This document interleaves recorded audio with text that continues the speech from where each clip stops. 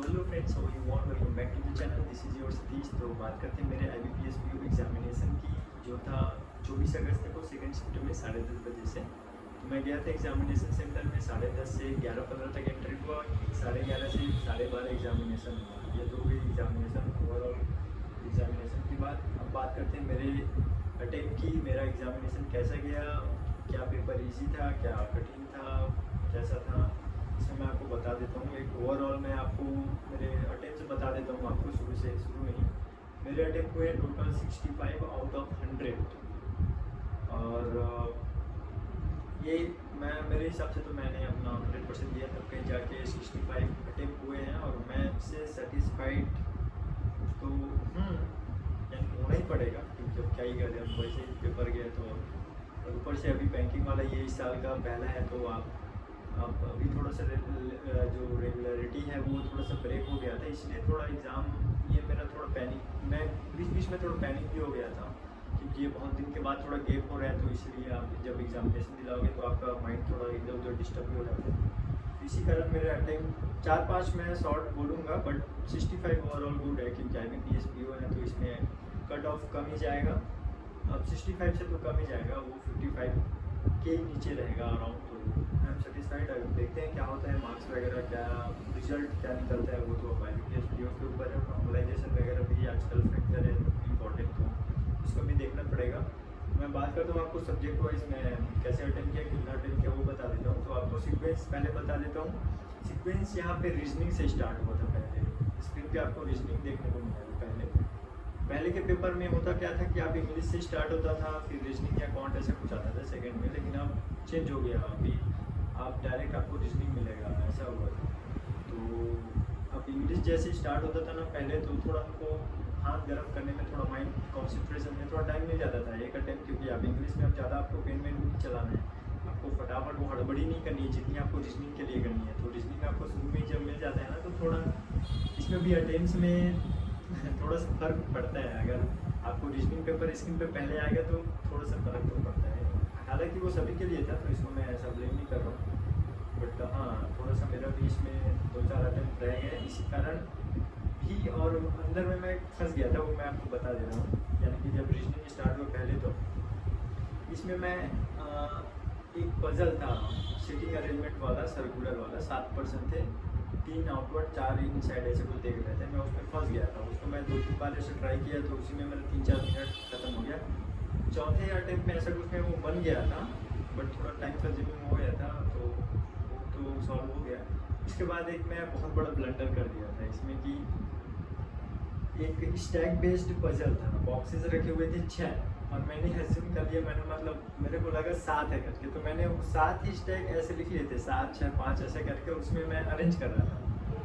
तो इसी कारण मेरा इतना मतलब मैं कंफ्यूज हो गया था 3-4 बार, तो उसी को बार बार पढ़ता हूँ, फिर देखते इधर कंडीशन वगैरह लिखा हूँ, उसमें भी ये फिट नहीं बैठ रहा है ऐसा कहते, वो भी 3-4 करके मेरे चौथे कुछ उसमें बना है।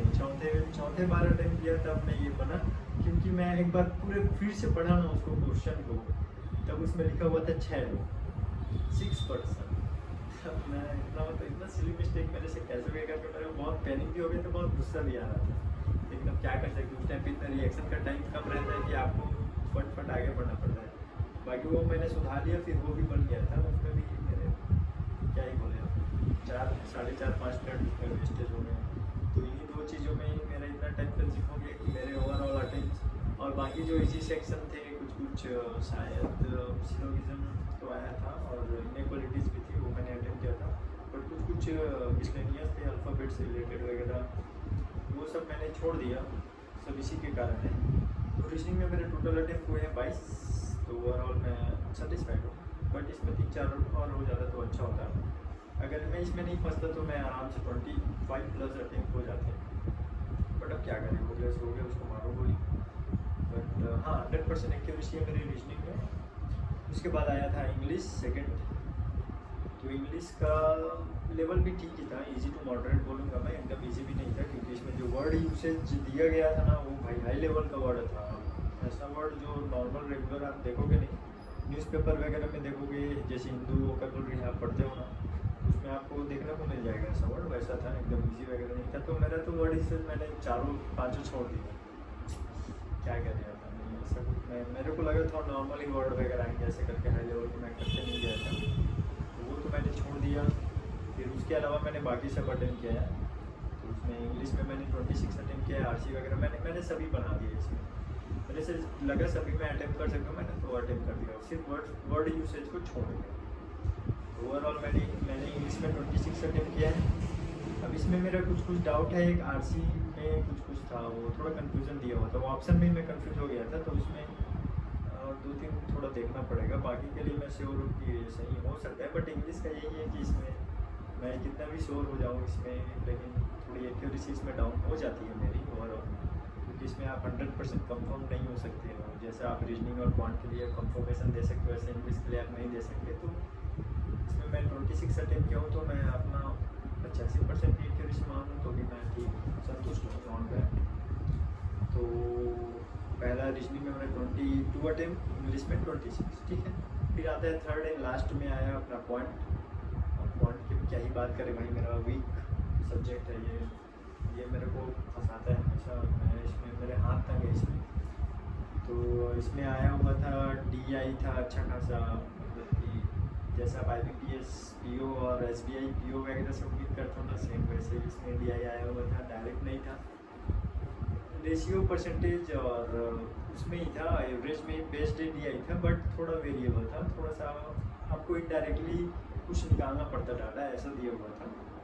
बाकी वो थोड़ा मैं इतना ज़्यादा प्रैक्टिस नहीं किया था इसमें अपना वेरिएबल वगैरह में, हाई लेवल DIs वगैरह, तो थोड़ा टाइम बन गया था इजीली, बट अदर्स जो टॉपर्स वगैरह उनसे मेरा थोड़ा स्लो बना था, तो उसमें मेरे 3-4 मिनट ऐसा कुछ लग गया था एक DI में, और उसके क्वेश्चन वगैरह सॉल्व करने में और 2 मिनट हो गए, तो 6-7 मिनट ओवरऑल मेरा तो वही फर्स्ट DI सॉल्व करने में चला गया था। तो इसमें मैंने वही DI अटेम्प्ट किया जिसमें अभी तो याद नहीं आ रहा इतना, मैं आपको बता नहीं पाऊँगा, बट एवरेज वाला ऐसे कुछ बेस्ड था, उसमें डायरेक्ट नंबर दिया हुआ था, और एक नंबर जो था वो पिछले 2 नंबरों के एवरेज का डबल था, ऐसे कुछ था, ठीक है। वो आप देख लेना मेमोरी बेस्ड पजल वगैरह में, अभी याद नहीं आ रहा क्योंकि मैं ये एक दिन बाद शूट कर रहा हूँ, तो आप थोड़ा एडजस्ट कर लेना, उसके लिए मैं सॉरी भी बोलता हूँ। तो ये ऐसा था अपना क्वांट, और क्वांट में DI के बाद मैंने फर्स्ट में ही DI कर लिया था, वैसे तो बेवकूफ़ी है, बट वो आया शुरू में तो मुझे लगा कर लेता हूँ, ऐसे करके मैंने कर लिया। उसके बाद मैं तुरंत फिर नेक्स्ट क्लिक किया तो आ गया अरिथमेटिक। मैं लगातार छोड़ते गया, स्किप करते गए, अगर टाइम बचेगा लास्ट में अटेम्प्ट करूँगा, ऐसे करके मैं अभी अरिथमेटिक में मैं सिर्फ 2-3 चैप्टर है, उसमें थोड़ा सा भी हाथ ठीक है, तो मैं वही अटेम्प्ट करता हूँ आजकल, बट कल तो मैंने पूरे अरिथमेटिक छोड़ दी है। अब मैं इन्हीं DI और इसी में फंसा रहा, तो मैं कहाँ से अरिथमेटिक जाऊँगा। तो फिर अरिथमेटिक को स्किप करने के बाद मैं आया नंबर सीरीज में 4 या 5 क्वेश्चन दिया गया था, उसमें से मैंने 2 या 3 अटेम्प्ट किए, और उसके बाद सिंप्लीफिकेशन नहीं था, सॉरी, अप्रोक्सीमेशन था, वो मैंने अटेम्प्ट किए फुल 5 आउट ऑफ 5। उसके बाद क्वाड्रेटिक इनइक्वालिटी में आपको बता देता हूँ कि इसमें हुआ था क्लरिकल मेंस लेवल का, थोड़ा सा वेरिएबल था इसमें, PQ ऐसा कुछ दिया हुआ था, मतलब उसमें वेरिएशंस थे थोड़े, तो वो भी तो मैं नहीं कर पाया, उसको भी मैंने स्किप कर दिया, सिर्फ एक ही अटेम्प्ट किया होता है, पहला वाला ही अटेम्प्ट किया था मैंने उसको। उसके बाद 2-3 और थे, मैंने उसको स्किप कर दिया, और कुछ ईजी वाला ढूंढने के चक्कर में फिर लास्ट में एक DI, और अब वो DI भी ऐसी सिंपल था, अपना टेबल DI था वो, तो उसको मैंने 2-3 अटेम्प्ट किए, फिर टाइम ख़त्म हो गया मेरा, क्योंकि टाइम हो गया था ऑलरेडी, मैं बहुत टाइम वेस्ट कर दिया था उसमें।